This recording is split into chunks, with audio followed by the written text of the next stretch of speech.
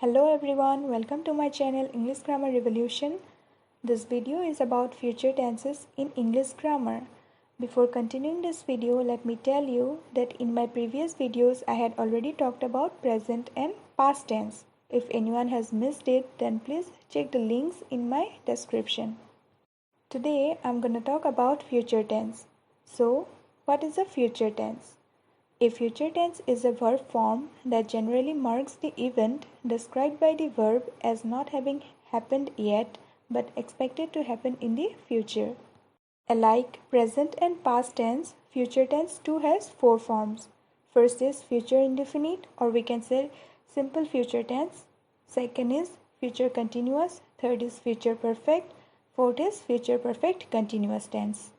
Now see the examples. First one, I will give. This sentence indicate future indefinite, or we can say simple future tense. Second example is I will be giving. This sentence indicate future continuous tense. Third is I will have given. This sentence indicate future perfect tense. Fourth is I will have been giving. This sentence indicate future perfect continuous tense. Here, all the four examples are in future tense. Now, I will talk about simple future tense, or we can say future indefinite tense. So, to denote an event that is to be performed in some future time, future indefinite tense is used. Here, the formula is subject plus will or shall. Here, will, shall are auxiliary verbs plus verb 1 means first form of the verb plus object.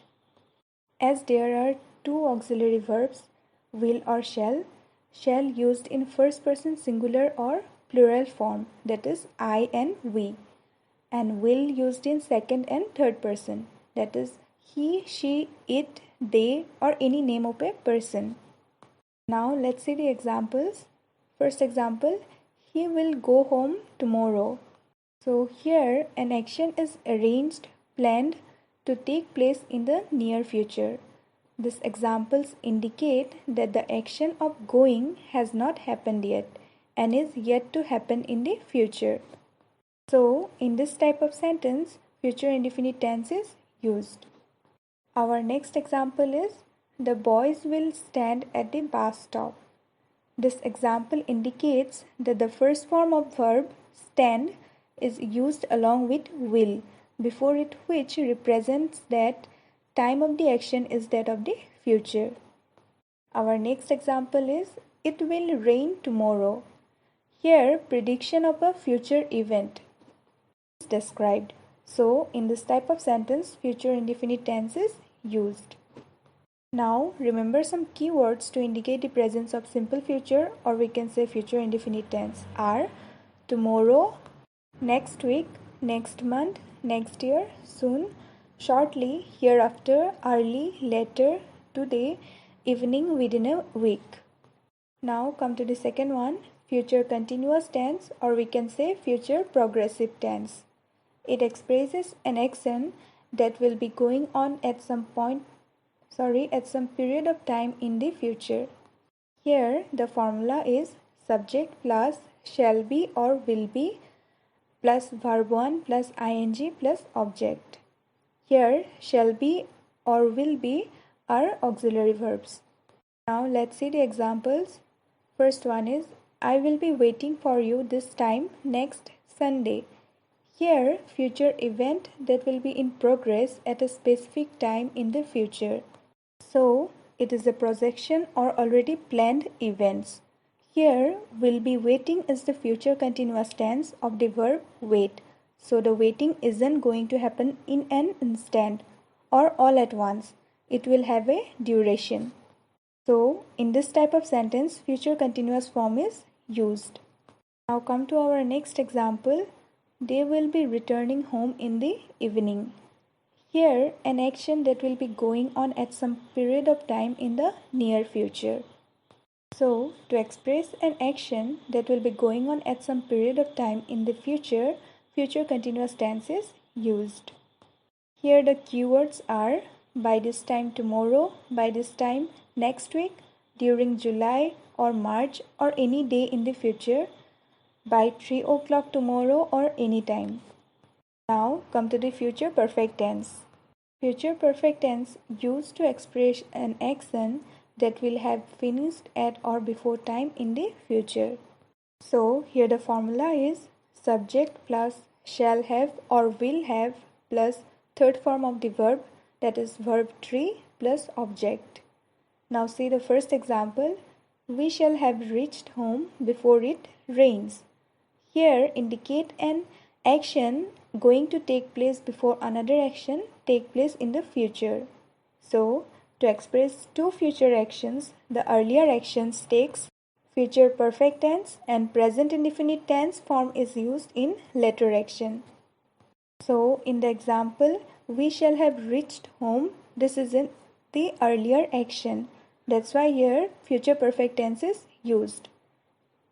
And the later action is before it rains. So here simple present tense is used. Now come to the second examples. They will have finished their work by 5 p.m. So here an action going to take place before another action take place in the future. That means the work must be complete before 5 p.m. Here the keywords are by the end of this year, in 2 years time, in July next year or any month. Now come to the last form, that is future perfect continuous tense, or we can say future perfect progressive tense. Here it shows that something will continue up until a particular event or time in the future for 5 minutes, for 2 weeks or etc. To indicate that an activity will be continuous in future and some other activity will be completed at some definite time in the future, the future perfect continuous tense is used. Formula is subject plus shall have been or will have been plus first form of the verb, that is verb 1 plus ing plus object. Let's see the examples. I shall have been reading the book before he returns. Here indicate an activity will be continuous in future and some other activity will be completed at some definite time in the future. So in this sentence, two actions takes place. First action which will be continued is future perfect continuous tense and the second one is simple present tense.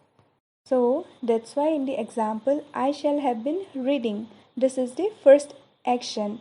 That's why here future perfect continuous tense is used. And our second action is he returns. That's why here used simple present tense. Now come to the last example. You will have been seeing me before next week.